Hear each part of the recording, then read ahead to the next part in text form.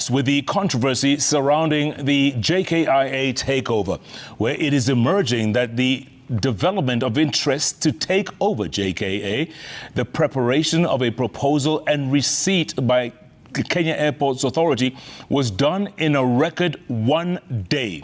Now, in court papers filed by the Adani Group, it has also been revealed that it took Kenya Airports Authority a record 17 days. On the JKA radar for quite some time now.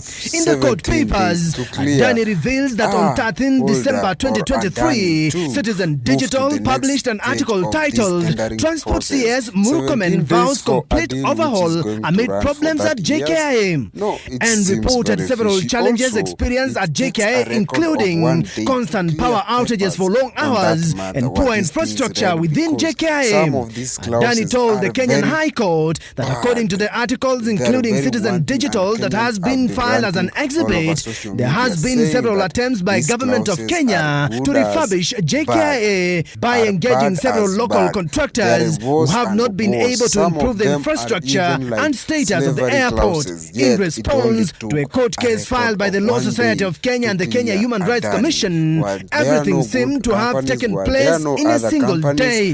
On 1st March 2024, Ogoye has already told stakeholders during a public participation forum early this month that the project should start by November this year. What does that tell you? What Honorable Nelson Koech is saying, that it is just a proposal from the Adani Group. It is not a proposal. These are documents that have already been finalized. If the project is starting in November, how far is November from today? Just about 3 weeks to come, isn't it? So we just can't assume that this thing is what we are getting from the government quarters. No, there's more to this. This PIP thing was done even before the privatization bill was brought in Parliament. Already Adani was in. Already discussions around how Adani is going to come and take over the airport was already done. How Adani is going to participate in our new reforms in the health sector. Yeah. I'm sure you know Adani is in. They are part of the stakeholders that are actually being used to run and implement our new health system, the SHE and the SHA. I think it is the SHA. Yeah. I'm not so sure, but I need to check. So these were already concluded deals. So we are just doing paperwork. And the reason I'm saying that we are just doing paperwork is because of the kind of contradicting information we are getting from Chilchil, the minister, from the staff at the KAA, from parliamentary reports that we are getting. Okay. It is already an indication that this was already done. But let me ask you a question. How did we land on Adani?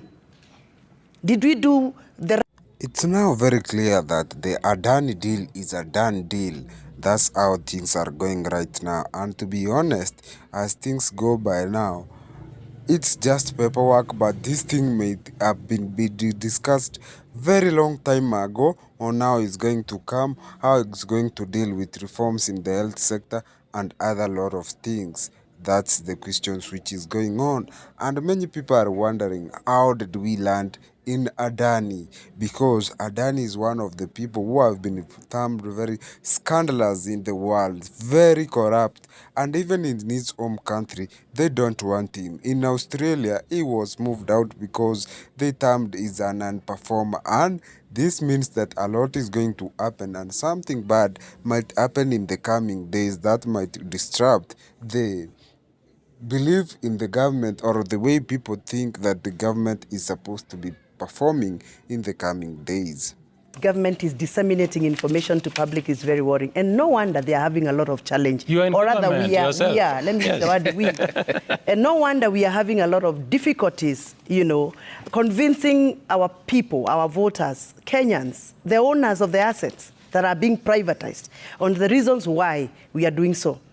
I can't imagine that a whole minister, cabinet in charge of transport, can come to any parliamentary committee without any single document. To just come and chatter and talk and narrate and give stories. That's actually a contempt of parliament. And he walks with a lot of bravado, like he's the one in charge of everything, and I mean, you can take him nowhere. I mean, that attitude must stop.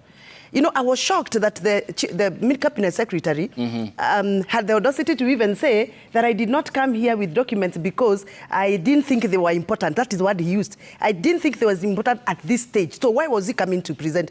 I wish I was in that meeting. I just wish. Thank God I wasn't. Because This saga of Adani is a very big deal and it's going to be talked about for the longest time because some rumors have it that it was stated that it was supposed to start by November. And the question is, what's going on? What is going on in the country?